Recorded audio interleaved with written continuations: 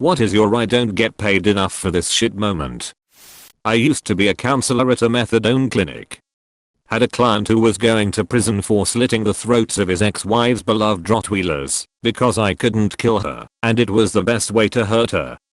The day he was supposed to go to prison, he showed up at the clinic after dosing hours, demanding his dose. He was no longer on the clinic, so legally there was no way to do this. I stood behind the counter and tried to explain the situation to him. He grew more and more irate and then called his lawyer and put me on the phone with him. His lawyer explained dude didn't show up for prison, was now a fugitive, and had pulled a knife on his own sister in her car just outside my clinic. So, dude had a knife. Lawyer told me not to piss dude off. He was violent and to call the cops. By this point, every other therapist and office worker had moseyed the fuck out. So, I told the lawyer thanks, hung up the phone and moseyed the fuck out of the front office, and called the cops from the break room. Dude hopped over the counter, and trashed the place and left. The bosses asked why I didn't stay and make sure he didn't trash the place. I explained they paid me $10.50 an hour, and refused my raise. I was the only man in the building, and was left alone with an armed violent felon. Fuck their stuff. And X200B. Edit. I also worked at Blockbuster in college for chump change. A bunch of dudes shoplifted the fuck out of us, and when me and the other guy confronted them about it, they ran out of the door. District manager asked why I didn't put myself between them and the door to protect the merchandise. I told them for minimum wage I'm not putting myself in danger to keep a giant corporation from losing some Twizzlers and a copy of Friday and Armageddon. Ah, yes, the stuff in the counter is more important than the human life of our employee. I have a mildly irrational fear of spiders. I was asked to help clean out an old storage area / shed type building. It was covered in dust and a ton of these big black spiders, but a big enough space that I felt fine.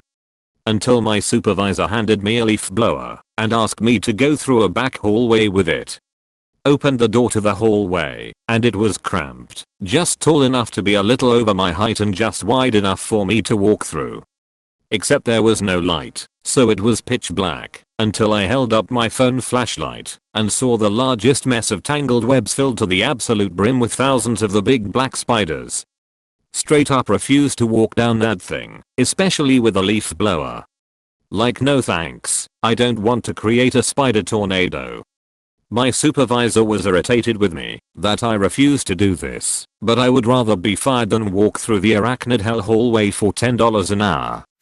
I ran the entire company's financials and general management for $14/HR. I had a meeting with the owner telling him I need a raise and to hire an assistant. He told me I wasn't business minded and should be a stay-at-home mom. I quit the next day.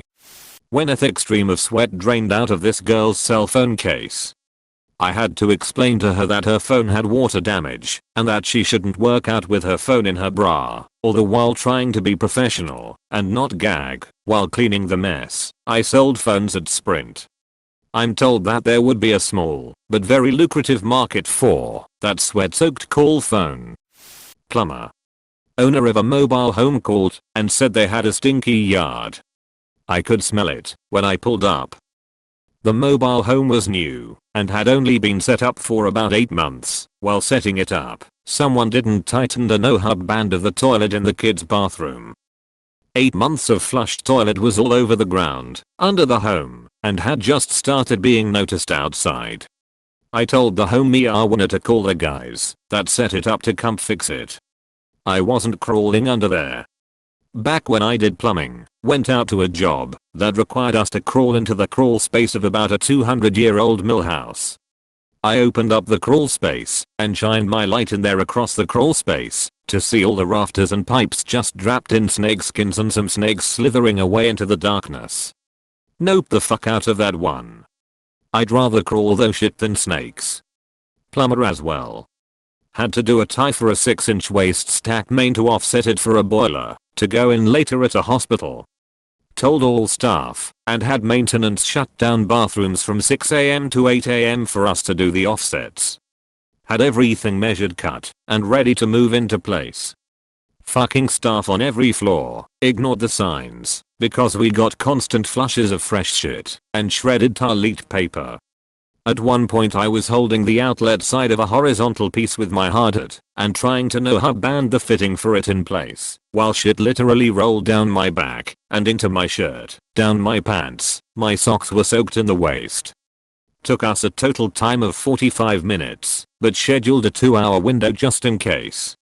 Worst part of this was that they had another bathroom option just down the hall. So inconsiderate, this trade sucks sometimes. Edit. Yes, we locked out tagged out as many valves as possible believed to shut down the stacks.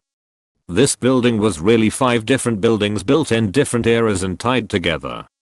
The maintenance didn't know enough to give us confirmation on which valves close which lines. We also discovered nearly 2 years later that multiple sections of the building were cross-supplied, meaning that water is able to flow into a line that it technically shouldn't be able to supply. It's not just as simple as locking a bathroom door. It's multiple bathrooms over 6 stories, and one of the floors happened to be a psych ward that has bathrooms that do not lock and we were not permitted to enter. As an installer, you don't get to schedule this kind of shit when you want. Your supervisor tells you when it's going to happen and gives you a timeline to complete it. They coordinate with a GC who coordinates with the staff and they determine what day, time, location is best. We barely get to week in on poorly engineered system designs without waiting weeks or months for decisions to be made. I worked at a heating and air conditioning company doing bookkeeping. I was being trained by the company's accountant. If I made a mistake, the owner would literally scream at me full voice.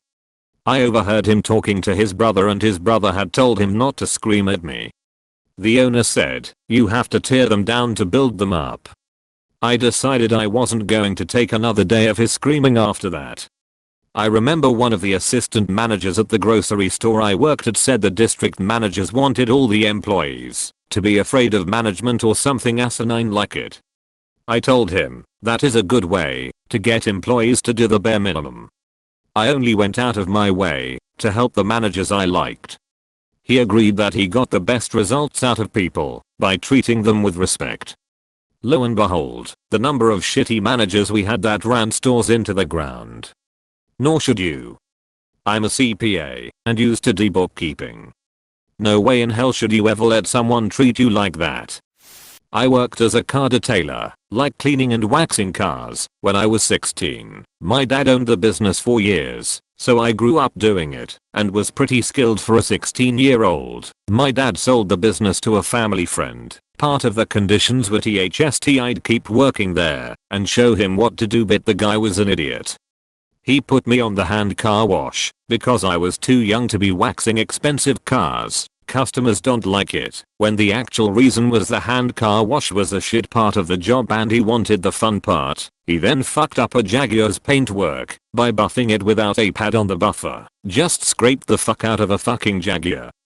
I'll let him blame me because I felt bad that he was the owner of the business and made himself look at it. Then I realized the reason was that he was stoned out of his fucking mind every day. Look, I smoke weed too. No judgment, but don't do it at work. He started leaving me alone for hours on end while he went to smoke weed. I would earn all his money and wasn't even getting minimum wage. Come one day in the winter he turned up and opened the garage with a spliff in his mouth. Immediately left and didn't come back for about 6 hours. It was freezing. There was ice everywhere, and I was alone shaking trying to wash cars with water, which was freezing on the surface of the cars as I was going. I was running around like a madman trying to stay warm, and because we were busy as, I slipped hard on some black ice. Went upside down lol, and landed on my head. Completely blacked out for a minute or so, and woke up to a few customers around me like WTF, where's your boss? I looked about 12 as well, so they were genuinely concerned. I got up and just left. Left the garage open, left everything there to be taken, if someone wanted to. He rang me an hour later going mental, and I was just like, fuck you, you left me for 7 hours to get stoned. Shove the job up your ass, you prick. First of 3 times I've up and left a job without warning because of asshole owners. Remember, if you aren't making money for yourself, you're making it for someone else. You should be more important to the employer than they are to you, and that's how it should feel when you're working for someone. Really, Spliff Wizard, you smoke weed too? I never would have guessed, lol. Any chance we could get those other 2 stories? I love me a good boss is such an idiot, he caused me to quit on the spot story. First day at the health department, I'm left at the reception desk alone, while literally everyone else in the office went out to a farewell lunch for the person I was replacing. As I was on 90-day probation, wasn't yet licensed and badged, my pay was $7.96/HR. I'm sitting at reception, and some redneck comes in with a leaking garbage bag and drops it on my desk. It contains a newly beheaded javelina head. His buddy had been bitten, and it needed to be tested for rabies as soon as possible. I had no fucking clue what to do with a leaking garbage bag of javelina head. He couldn't wait for others to return, so he left a number and split. Turns out, we don't do that sort of thing at the health department. Guy refused to come back. Javelina. Pig-like creature in Central and South America for anyone else wondering. Edit. Southwestern USA too. Also a Texan chimed in and said if you're chased by one, climb a tree and they are good eating, can be eaten. So op if no rabies you can have a little BBQ. When I was 20 I had 3 jobs. I worked as a bank teller from 8 to 4, then as a closing shift manager at a coffee shop from 5 to 10, then as an overpass janitor from 11 to 2 AM. This wasn't every day, but it was enough that it equated to about 80 hours a week between the 3 jobs, and yes, you can imagine this would lead to burnout real fast. So at the overpass janitor gig my boss comes over to me and asks me to come to the office for a review. This was weird. All I did was mop floors on a production line that made air train brakes. But whatever. I go into his office, and he closes the door behind me, and pulls out a gay porn magazine and starts asking me about different dicks, and put his hand on my shoulder. I was surprisingly calm, and just said I don't like dicks, and went back to work. Then it hit me what happened. I called in sick the rest of the week, and picked up my final paycheck when he wasn't there. It was a hard enough job without being sexually harassed for $8.50 an hour. I'm a public librarian. I was helping someone in the computer room, and turned to tell someone he needed to keep his exclamations at the video he was watching down. Just then, the woman I was helping leapt aside because the man I was shushing pissed himself. It ran down onto the jacket he had tied around his waist, down the chair, onto the ground. Turns out he'd snuck in alcohol, and was totally blackout drunk. I told him he had to leave. He put the piss-covered jacket on and stumbled out. As I returned with gloves and cleaning supplies, another patron decided this was a good time to complain about some kids who were making noise. I took a deep breath and said this is a good time for us all to appeal to our higher selves and do our best in the moment. Please just adapt for a minute. Then I thought about the student loans I took out for the master's degree. As I scrubbed up piss, I took a deep breath and said this is a good time if we all just appeal to our higher selves and do our best in the moment. Please just adapt for a minute. There really ought to be some kind of beatification process for librarians. Absolute saint. When my patient threatened to kill me and my family, then brought out a handmade wooden knife from under his bed. Literally getting yelled at for not staying late. I don't get paid to stay late. My bosses are a married couple and think it's okay to lose their shit at me. If I didn't really need money right now, I'd quit. Manager at a grocery store I worked in my teens refused to pay the waste management bill for several months. When they finally came and emptied the dumpster, there were still mounds of trash laying about around the area. He had me go out and clean all of it up alone. I didn't have any protective gear or supplies whatsoever and was out in 100+ degree weather. I was only given a bunch of trash bags to put it into, and when I went in to ask for help, I was just given a shovel.